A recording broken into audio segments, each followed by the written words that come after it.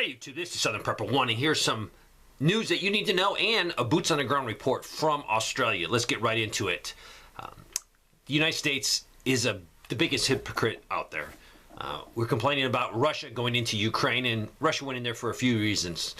Some of them being NATO is expanding. NATO could have put nuclear weapons in Ukraine. Also, the problems that the Russian-speaking people that were occurring, they were being harassed, killed, that lived inside of Ukraine. So those were a few reasons that Russia went into Ukraine, and Russia and Ukraine border each other. We are the biggest hypocrites in the world. Look at what we did in Syria. I think we went in there like 2014, 2015. It started with overflights, overt. We weren't hiding it, and now we have troops on the ground. We've had them for a long time, and it was basically to fight ISIS. But it looks like the military is building a new military base in Syria, and this would be in the northern part. They have over 900 troops officially in Syria, probably a lot more than 900, but the official numbers are 900. So Washington says it's also an economic war against Damascus, and they have implemented very, very tight economic sanctions against Syria. But this military base that they're building is telling the world that we're going to be there for a long time. If we don't qualify as warmongers and hypocrites, I don't know what would be. Hopefully they tried to pass something in the Congress to get us out of there, but no, we won't. Next is Australia. This is from our reporter down there, MK. She says Australia is getting even worse. Grocery prices continue to rise in Australia.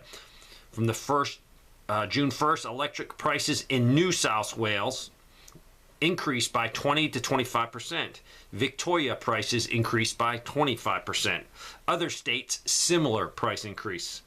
The Reserve Bank of Australia is expecting to increase interest rates for mortgages again in June, and possibly after that too.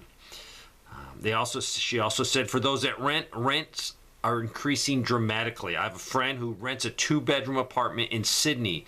Just had her rent increased by $130, that would be Australian dollars, a week, which is unaffordable to her. I know MK has reported a lot of times, and I believe her mortgage is a variable rate, and she is definitely feeling a huge pinch when more of your money has to go out to pay your mortgage payment.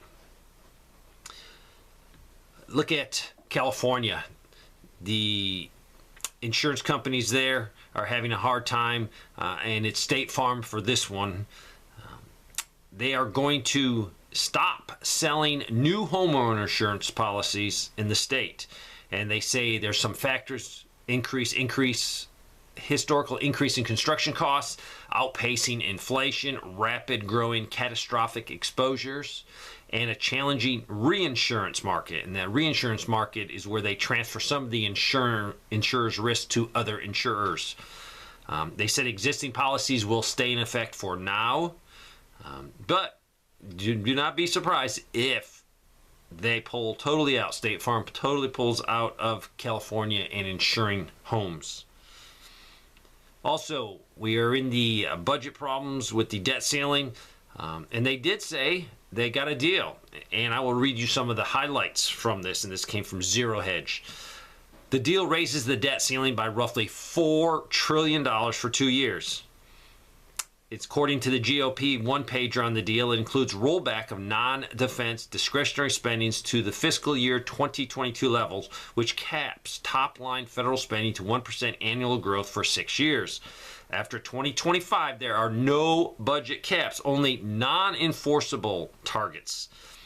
Defense spending would be in line with what Biden requested in his 2024 budget proposal, roughly $900 billion. The deal fully funds medical care for veterans.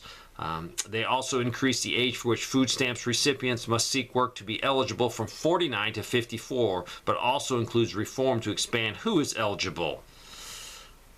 They do claw back tens of billions in unspent COVID-19 funds. They are cutting some IRS funding, but not as much as the GOP would like. They do say there's no new taxes. But the bottom line is they're going to increase the debt ceiling by roughly $4 trillion for 2 years. These men and women that we sent up there can't even give us a good budget, a correct budget. They can't even spend only what we get. So there's no improvements here. It is a continuous going down the train track that's going to ultimately end in a total collapse. No politicians want to bite the bullet now and come up with a solution to at least only spend what we have coming in. Until we get men and women in there, there's no hope for us. It will be a total collapse of life as you know it if we continue on this path of just budget after budget of a deficit spending and increasing the debt. Also, 32-ounce bottle of ketchup went up from $4.08 on average in the week of May 16, 2022 to $5.22 in the same week of 2023. So, this is a survey of 150,000 U.S. grocery stores for its grocery price index. So just the ketchup increase is a jump of nearly 28%. 28%. They also said other condiments are pricey too. A 20-ounce bottle of mustard rose 13% in a year, 13%.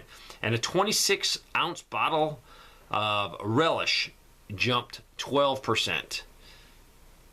We will probably be getting a huge increase in Social Security and veterans benefits tied in with the inflation rate.